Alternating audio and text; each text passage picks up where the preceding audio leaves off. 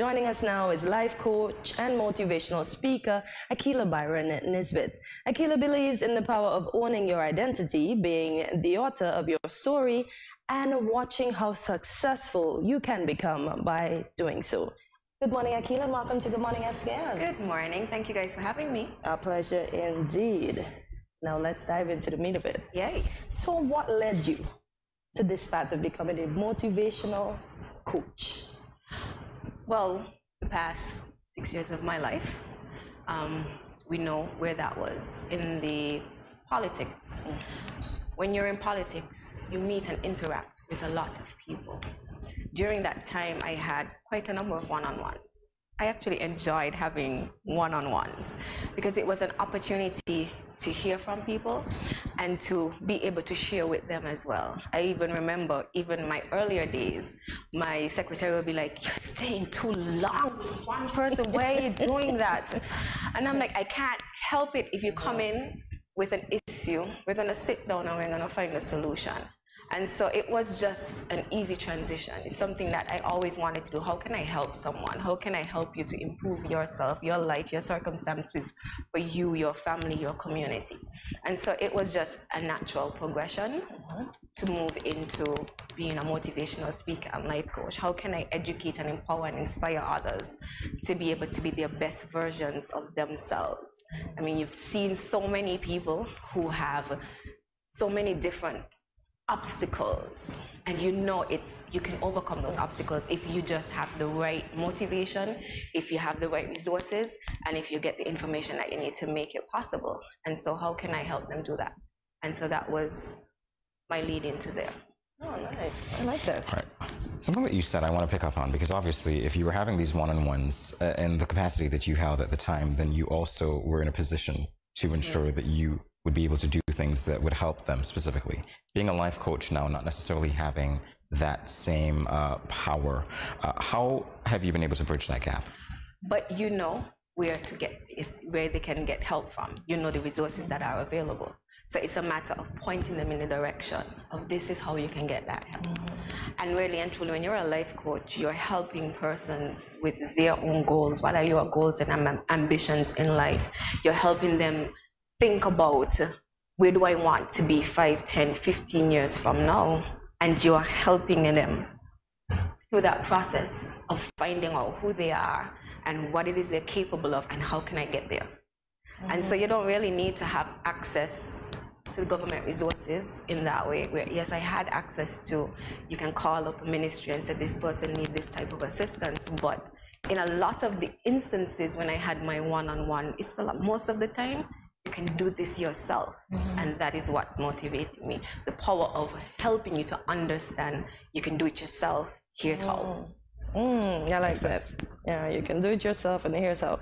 So you mentioned a few life lessons that you would have had to teach. What is the main one you would think that stood out to you amongst meeting these various persons?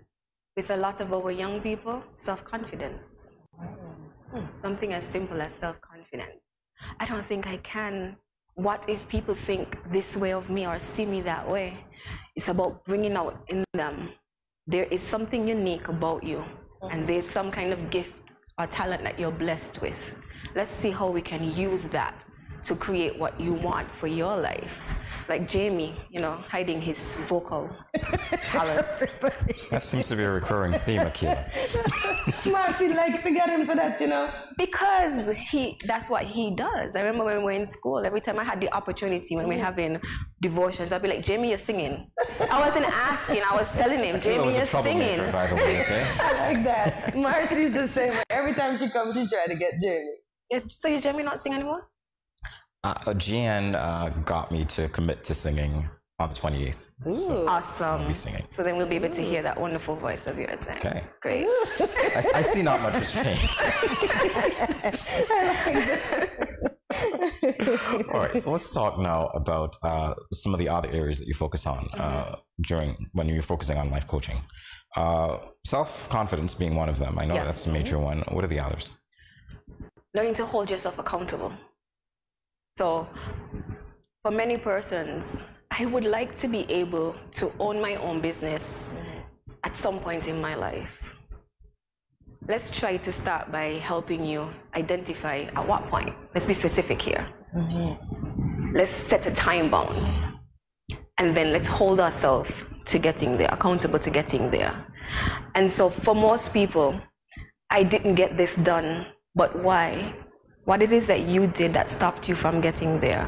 What you could have done differently to help you get there? Most people always find some external reason as to why something didn't happen, instead of starting to look internally and recognizing that if I put my foot down on myself to achieve what I want to achieve, it is possible. How have I been in my way in terms of being able to achieve those things? And then we start setting tasks. These are the things that I need to do in order to be able to achieve what I'm trying to achieve. Set a time frame for getting them done. And then between them and myself, I'm just checking in. Did you already complete that task? You ready for the next one? So it's teaching you how to make sure you stay on top of what you need to do and holding yourself accountable to being able to get or achieve whatever it is that you are trying to achieve. And so accountability, self-confidence, and then there's time management. Oh man, yeah. We just let time pass and we procrastinate. A lot of the times because it seems overwhelming. How am I supposed to do all of these things and be able to achieve all of this in 24 hours? That's because you're looking at the big picture instead of the smaller task. Everything can be broken down into smaller tasks in order to be able to achieve whatever you're trying to achieve. And if you set out those tasks, prioritizing. All right, then, in order for me to be able to go off to university, I first need to know what it is I'm interested in doing. So I have to do some research. I'm going to set some time on Saturday between 5 and 6 to research this topic. Instead of saying, I want to go to university, but there's so many universities, so many things I can possibly do. Let's break it down one by one. Take a deep breath. We'll be able to make it through it. And each task, assign a time frame to getting it done. And we work towards time management that way. You learn how to manage your time effectively, set out your tasks effectively to get things done. I think I'd be your client from hell, but anyway. I don't like lists. I get what you're saying, and it makes sense. And it's not necessarily a list. It's Don't just look at it as a manageable list. tasks. Right. Look at it as your intentions. Okay. This is what I'm intending to do. Because in order for me to be able to achieve what I need, I have to work intentionally to get it done. Okay, I feel inspired already. It's working. Not gonna be a client from hell anymore. He's not going to be. Not at all. Jamie's not going to work for me. So, Akilah, we know that you're a strong leader. You were a former minister of government. You spoke on self-esteem. So, how did, with a lot of the negative backlash that we sometimes get being in powerful positions, I'm going to coin it that way, how did you manage to maintain who you are?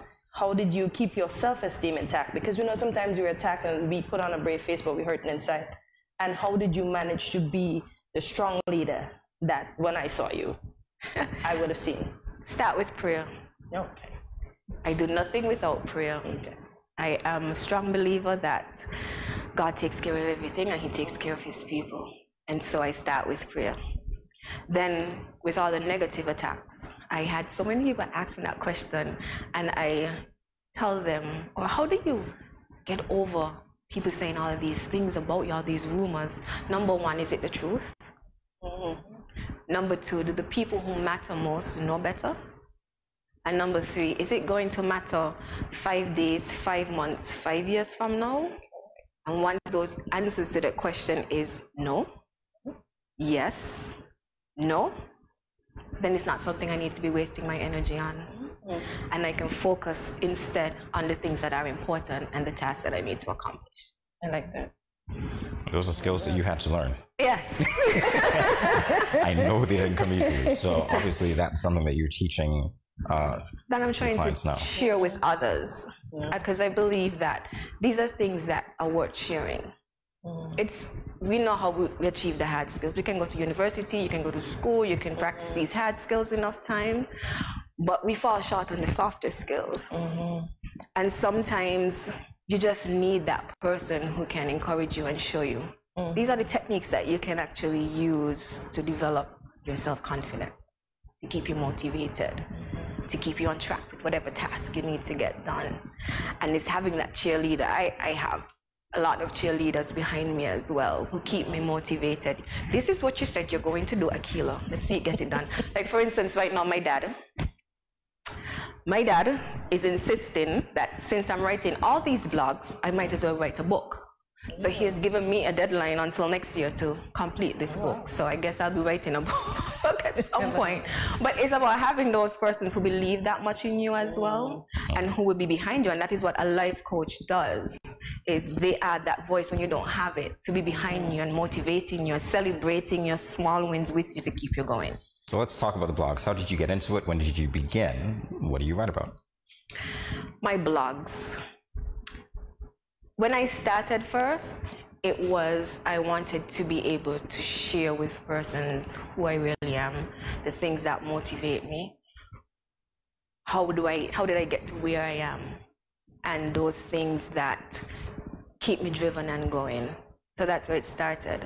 I had so many people asking me the questions like, how are you so confident? Or how do you stay motivated? Or how are you so positive? So I started the blogs just to give you some insight on how do I do those things and why do I do them, and for people to learn a little bit more about me from a completely different lens. And that's how the blogs really started, an opportunity to share and help somebody else to grow from my own experiences. Weekly. Weekly. I missed last week. I apologize to anybody who was looking out for blog last week. I actually making some internal changes and preparing for a training session that I'm having, and time kind of passed on me. I'm sorry. Sounds like you need a life coach. Weekly. I started the blog and then I got completely distracted and it didn't finish on time, and I was like, oh, it's not good. This is not good. So I apologize, but my blog is posting today at 9 o'clock. You heard it here first, 9 o'clock. That's assuming we let her get out of here on time. No, it's already scheduled. Oh, it is? Okay, great. It's already scheduled, okay, so that I can make sure it goes out on time and nothing distracts me. So Jamie, you have to change your statement. She doesn't need a coach. And I'm not distracted her, clearly. You sure aren't. You sure aren't. So during the break, I was asking you, we had 3 ladies on last week that made, oh my gosh, some big transitions from where they started. You started out at the University of South Florida, magna cum laude with a Bachelor of Science in Management Information Systems. Then you go into politics, and now you're a motivational coach and a speaker. Yeah. How?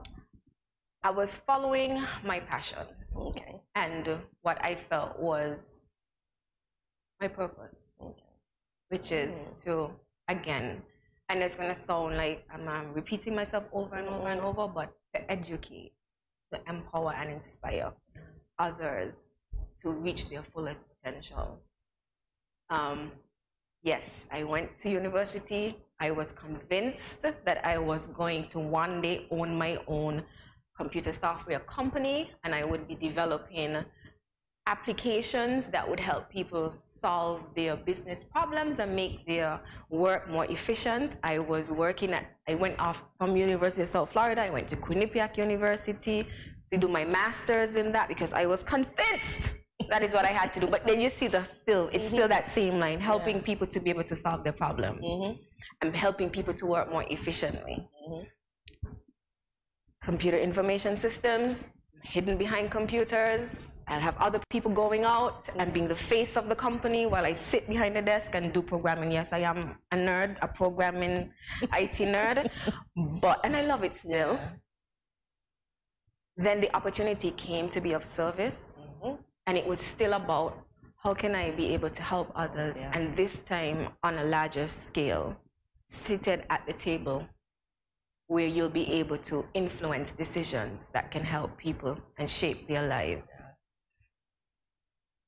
6 years later, I'm no longer seated at that table, but that passion is still there. how can I and what can I do to help people change their lives? And how can I help you to be that better version of yourself? And how can I help you to explore all of your potential, tap into it, and make it something that it changes your life? And that's where life coaching came in. It's actually a conversation. I'm going to call you out. It was a conversation I had with Jay Black.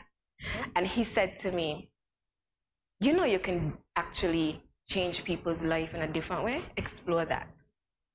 And so, oh, so somebody spoke into your life. I love it. He did. I love it. Yes, Jonathan, thank you. But thank you for that explanation. Now we know. All right, so I want to ask you now, pretend that I am your client. I'm listening to you speak. And the question that I have for you is passion seasonal, or do we grow into it? Does it evolve over time? It grows and evolves.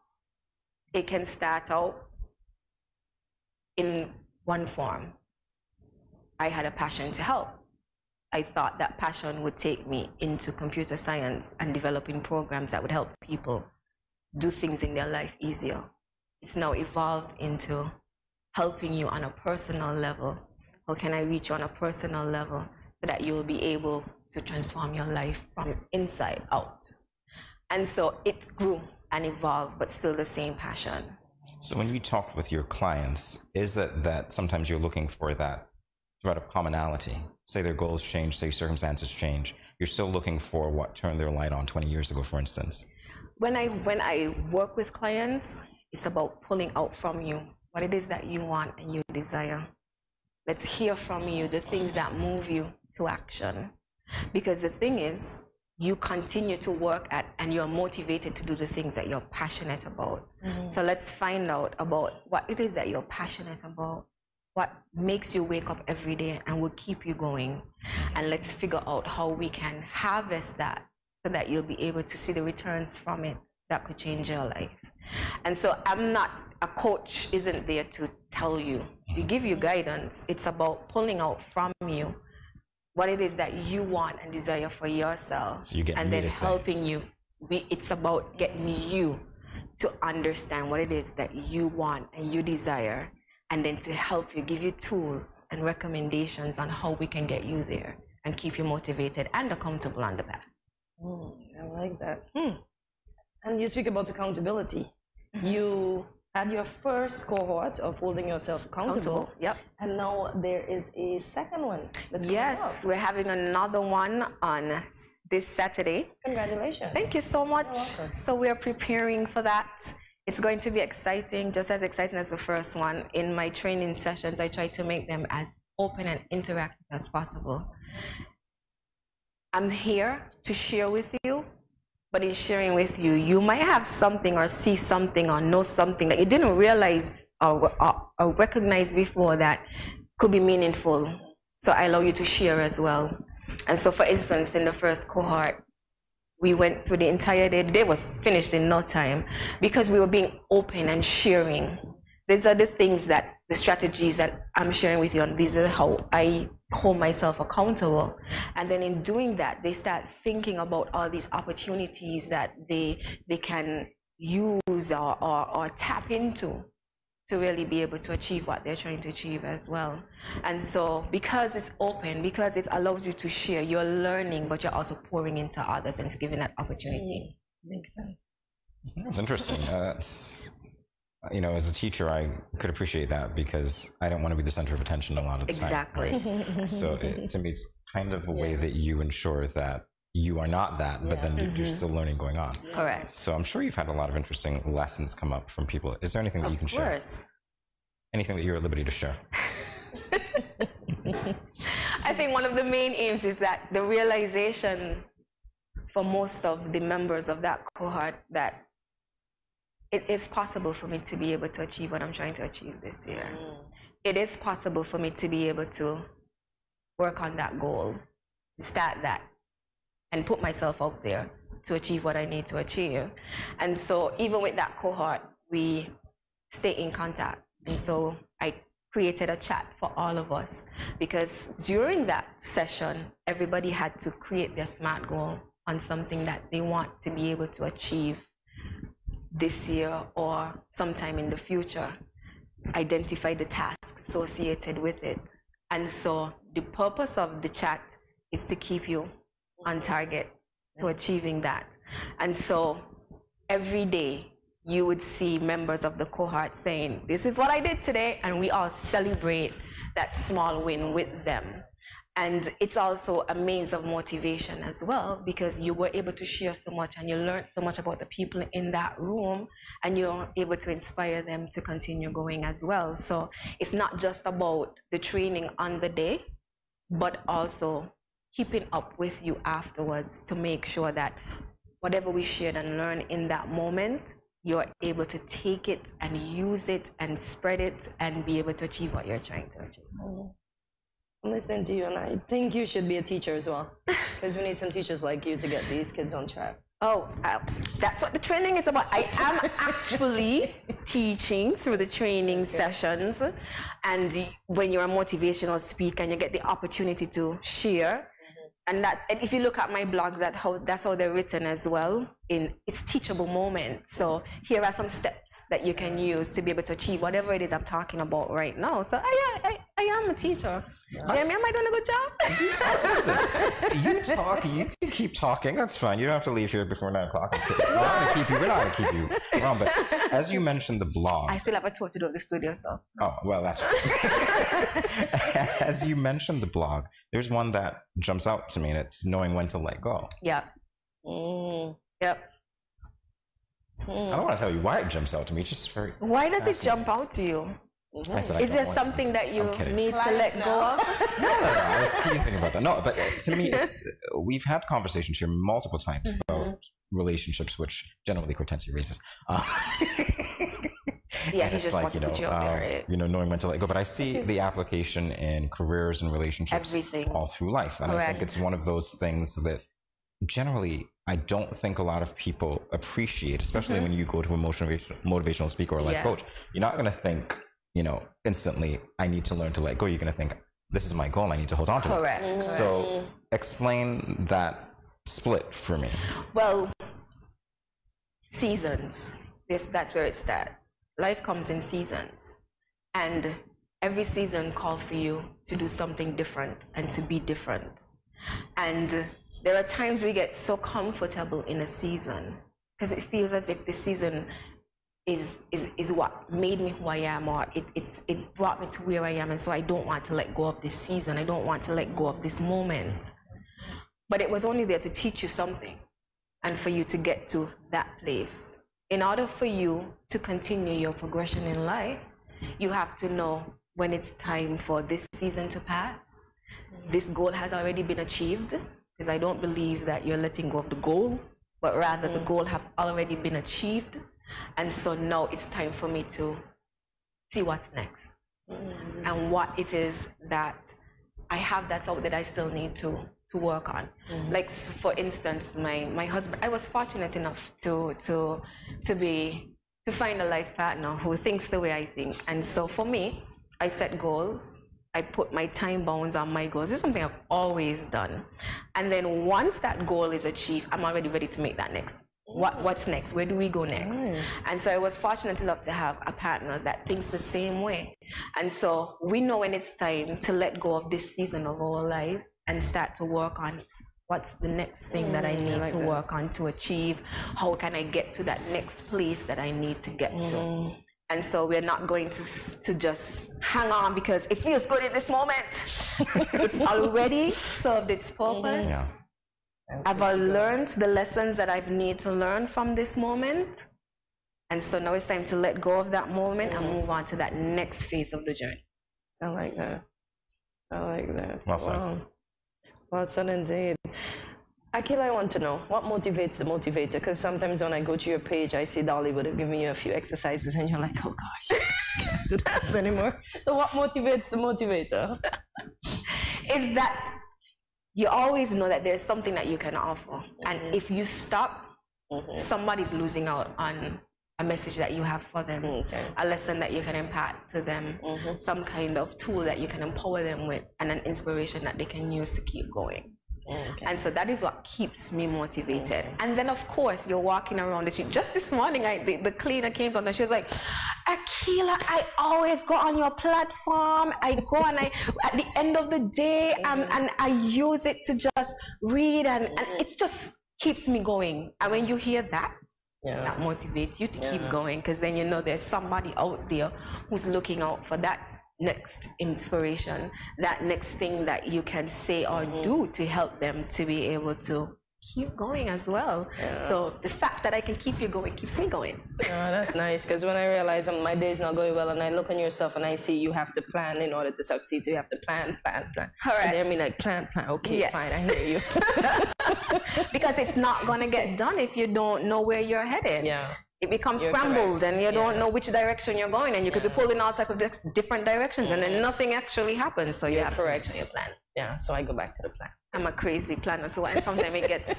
But you look so organized. Because I'm like she's telling me to plan, and you're writing up there and be like, okay, she's planning, so I do. I literally have to put. That's have always been something that I do. You write down. Before time, I would be like. I had folks who would be like, Akilah, you could just get going. I said, yeah, but we need to know. What if it doesn't work here? We have to make sure we know what's next. We have to always keep. I am the same way. I call it contingency planning. Correct. And that's so very important. Correct. If you fail to plan, then plan to fail. Yeah, that's what you rightfully said. I had an uncle who had a shop, and that was a saying that he had on the wall, and that stuck with me from very early. And then my dad would always be, Mr. Motivator himself, would always be in my ear. Like every time I'm preparing for exams or whatever it is when I was younger, he was like, if you fail to plan, plan to fail. So if you fail, I know you didn't plan. So that I like pops. Thank you so much for that word from your dad, for sharing with us who you are. Again, the website is AkilahByron-Nisbett.com. Looking out for the book. We can find the blogs. And of course, motivational. Now, Daddy, you're getting the book. Thank you, Dad. Much appreciated. Akilah, always a pleasure catching up with you. It was such a pleasure being here. I'll be back. Yes, please. This was fun.